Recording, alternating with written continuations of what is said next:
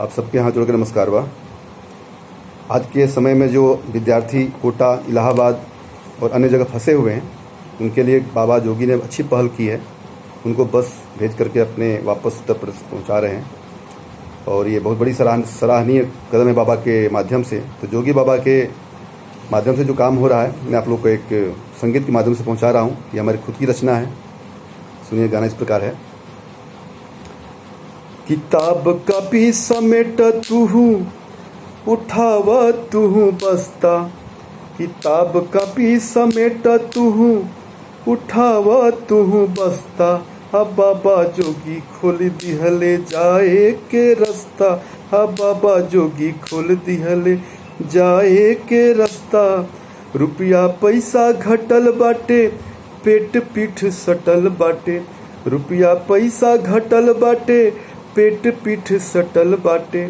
Corona के बीमारी में हाल भइल खस्ता। कोरोना के बीमारी में हाल भइल खस्ता।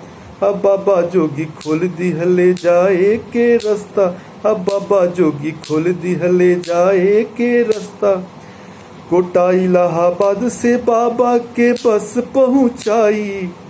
कोटा इलाहाबाद से बाबा के बस पहुँचाई। झूठ नहीं बोलत भाई, बात है सच्चाई। झूठ नहीं बोलत भाई, बात है सच्चाई। रात के बाटे भोजन, सुबह मिली नाश्ता। रात के बाटे भोजन, सुबह मिली नाश्ता। अब बाबा जोगी खोल दिहले जाए के रास्ता। अब बाबा जोगी खोल दिहले जाए के रास्ता। बाबा जोगी रख दिहले यूपी के मान हो। बाबा जोगी रख दिहले यूपी के मान हो। अब बाबे से बाटे हमनी के शान हो। अब बाबे से बाटे हमनी के शान हो।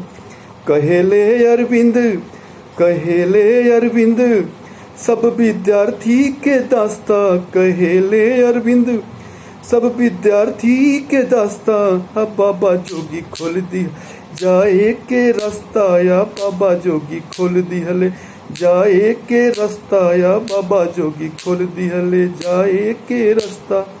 नमस्कार, धन्यवाद।